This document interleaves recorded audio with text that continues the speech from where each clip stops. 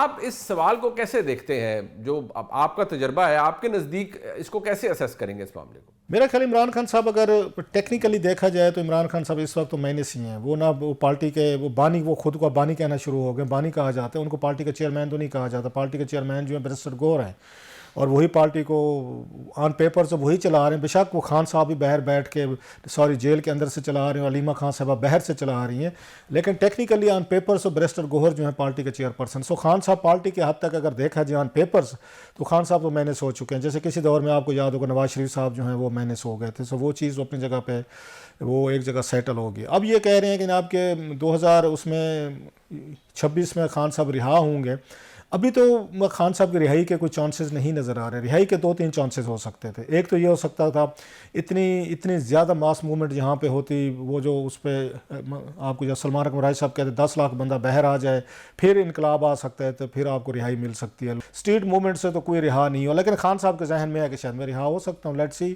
ایک چیز وہ انڈیکیٹر بھی نہیں ہے. دوسرا انڈیکیٹر یہ تھا کہ جناب کی حکومت کے ساتھ آپ کا ڈیلاگ کوئی ایسا کوئی میننگ فل چل رہا ہو، اور بات آپ کو کوئی بریک تھرو کوئی نظر آ رہا ہو دونوں سائڈز پہ، کوئی نہ کوئی فلیکسیبلٹی ہو عمران خان صاحب کی اور حکومت کی بھی. اسٹیبلشمنٹ اس میں 3 پلیئرز ہیں، اسٹیبلشمنٹ ہے، حکومت ہے اور عمران خان صاحب. بلکہ دیکھا جائے تو 2 ہی ہیں، فوج ہے اور عمران خان صاحب. ان کے درمیان بریک تھرو ہونا جو مجھے ان کی پوزیشننگ سے لگ رہا ہے دونوں سائڈز پہ کوئی لچک نہیں ہے. سو وہاں پہ بھی کوئی چانس نہیں ہے. ایک تیسری بھی ایک پاسبلٹی ہو سکتی تھی جو ابھی تک ہمیں نظر نہیں ہے پچھلے 3 سالوں میں جب سے خان صاحب آلموسٹ جیل میں ہیں، وہ ہے انٹرنیشنل دباؤ. آپ کو یاد ہوگا جیسے نواز شریف صاحب کے لیے امریکنز اور سعودیز آ گئے تھے، اس میں قطری یا اس میں لیبنان وغیرہ بھی اس میں شامل ہو گئے تھے. بینظیر بھٹو صاحبہ کے جناب مشرف کے ساتھ کرانا تھا تو اس کو NRO کرانے کے لیے امریکنز اور اس میں برطانوی وہ ڈپلومیٹس جو ہیں وہ آ گئے تھے.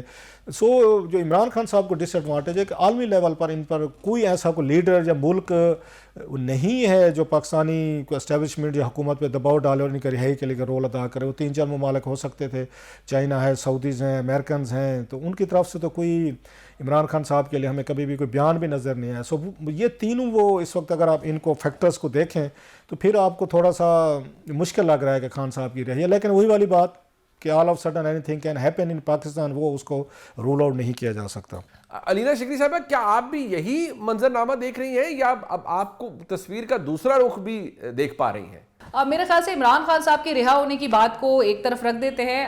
پارٹی سے مائنس ہونا اگر اتنا ہی آسان ہوتا تو ہمیشہ یہ 3 سال کے اندر ہوتا ہوا دکھائی بھی دے دیتا. بہت کچھ حربے ہتھ کنڈے اور بہت ایسے میجرز لیے گئے کوئرسیو ٹیکٹکس کے ذریعے ان کی پارٹی کو کرش کرنے کی بھرپور کوششیں. پچھلے سال کے آخر دن تک ہم نے یہی کچھ دیکھا، لیکن باوجود اس کے وہ پارٹی اپنی جگہ انٹیکٹ ہے. نہ صرف وہ پارٹی انٹیکٹ ہے، عمران خان صاحب خود بھی جیل سے بیٹھ کے وہ تمام تر پارٹی کے فیصلے وہ خود کر رہے ہیں.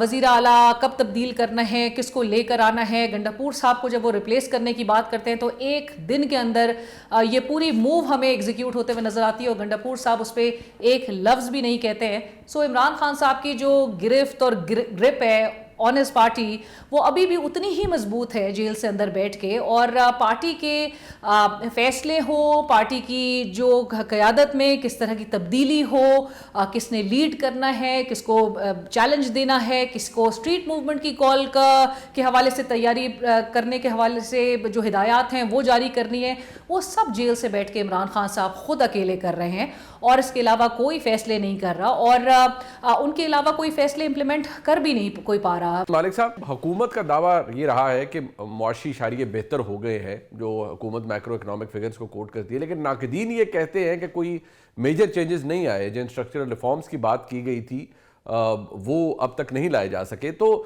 سوال یہ ہے کہ کیا حکومت کا دعویٰ درست ہے یا ناقدین درست کہہ رہے ہیں؟ نہیں I think critics are right. دیکھیں میگا انڈیکیٹرز تو ٹھیک ہے، اسٹیبلائزیشن تو منیب ہوئی ہے، اس میں کوئی شک نہیں ہے، لیکن اس کے بہت فیکٹرز ہیں. اب آپ دیکھیں اس میں رول اوورز ہیں، جو فورن لینڈنگ ہے، چائنا، سعودی عربیہ، دوسرے ان کے رول اوورز ہیں. آپ کی ایکسپیٹ انکم بڑی ہے، آپ کی گروتھ کہاں پہ ہے، آپ کی امپلائمنٹ کہاں پہ ہے. جو انہوں نے فگرز دیے تھے لیبر سروے کے، وہ فگرز بھی ڈاکٹرڈ فگرز تھے. یہ بتا رہے ان امپلائمنٹ 7.2 ہے، وہ 25-26% ہے. انفلیشن بھی کویسچنیبل ہے. اکانومی عام آدمی کے پوائنٹ آف ویو سے بالکل اسٹیگنٹ ہے، بلکہ آن اے ڈاؤن ورڈ سلوپ ہے. تو وہ اچھی خبریں نہیں ہیں. شامی صاحب، آپ کیسے دیکھتے ہیں اس پورے معاملے کو؟ یہ کہنا تو بہت مشکل ہے کہ معیشت میں کوئی بہتری نہیں آئی. بہتری تو یقیناً آئی ہے کہ استحکام پیدا ہوا ہے اور ہمارا کرنٹ اکاؤنٹ ڈیفیسٹ جو ہے وہ ختم ہو گیا ہے اور ایک ہر چیز اسٹیبلائز ہوئی ہے. اسٹاک ایکسچینج جو ہے وہ دیکھیے وہ یعنی چوکڑیاں بھر رہی ہے اور ہمارے جو فارن ایکسچینج ریزروز ہیں ان میں اضافہ ہوا ہے.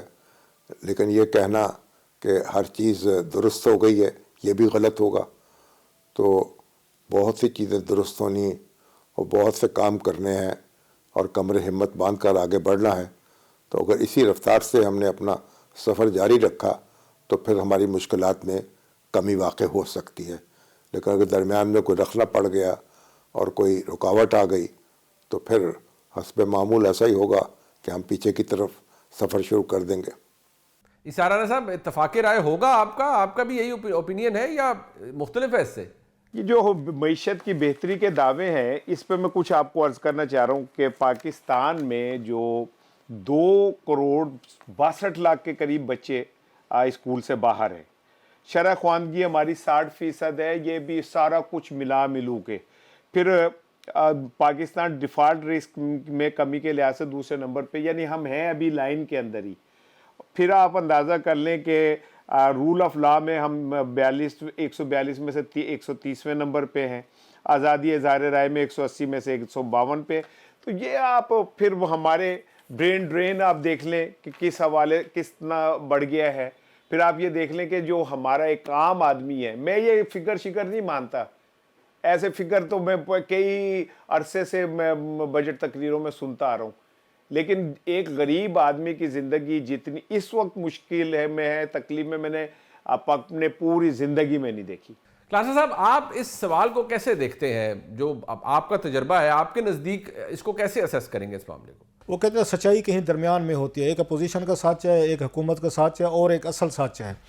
تو اصل سچ تو یہ ہے کہ ان کی اگر ریمیٹنسز بہتر ہوئی ہیں اس میں کوئی شک نہیں. ایکسپورٹ کا وہ کہتے ہیں کہ وہ بھی پہلے سے انڈیکیٹرز ان کو بہتر ہیں. میں سمجھتا ہوں سب سے بڑی ایک کامیابی ہے، اس کو آپ مصنوعی کہیں، اس کو آپ جو بھی کہیں، کہ وہ ڈالر کو انہوں نے ایک جگہ پہ قائم رکھا ہے، 280-81 روپے پہ رہا ہے. اس سے بڑا فرق پڑتا ہے ڈالر کی، کیونکہ ڈالر جو ہے آپ کی اس وقت ساری اکانومی جو ہے وہ ڈالرائزیشن ہو چکی ہے، پیٹرول، آئل، آپ کے امپورٹ. لہذا جب آپ اس کو روکتے ہیں پیسے کو اس کے اگینسٹ ڈالر کے، تو وہ پھر مہنگائی کہیں نہ کہیں بریک اس کو لگتی ہوتی ہے. اگرچہ لوگوں کی تو کبھی بھی جب ڈالر 110 روپے پہ تھا تو بھی لوگ اس وقت مہنگائی کا رونا روتے تھے، 150 پہ، 180 پہ، 200، 300، پھر 280. مطلب ہم لوگ تو کبھی مطمئن نہیں ہوتے کیونکہ ہمیں تو یا منیمم چیزوں پہ چاہیے ہوتے. سو انڈیکیٹرز جو ہیں وہ حکومت تو یہی کلیم کرتے ہیں کہ اسٹیبلٹی مطلب آئی ہے، ان کا خیال ہے. اپوزیشن نہیں مانتی، وہی والی بات ہے، فیک ہے. اور اوورآل میں سمجھتا ہوں جو میرے نزدیک تھوڑی سی کامیابی ہے ان کی، وہ ریمیٹنسز بڑھی ہیں، ایکسپورٹ بڑھی آپ کی، اور پلس آپ کی یہ جو ہے آپ کا ڈالر جو ہے نا وہ سٹیبل ہوا ہے.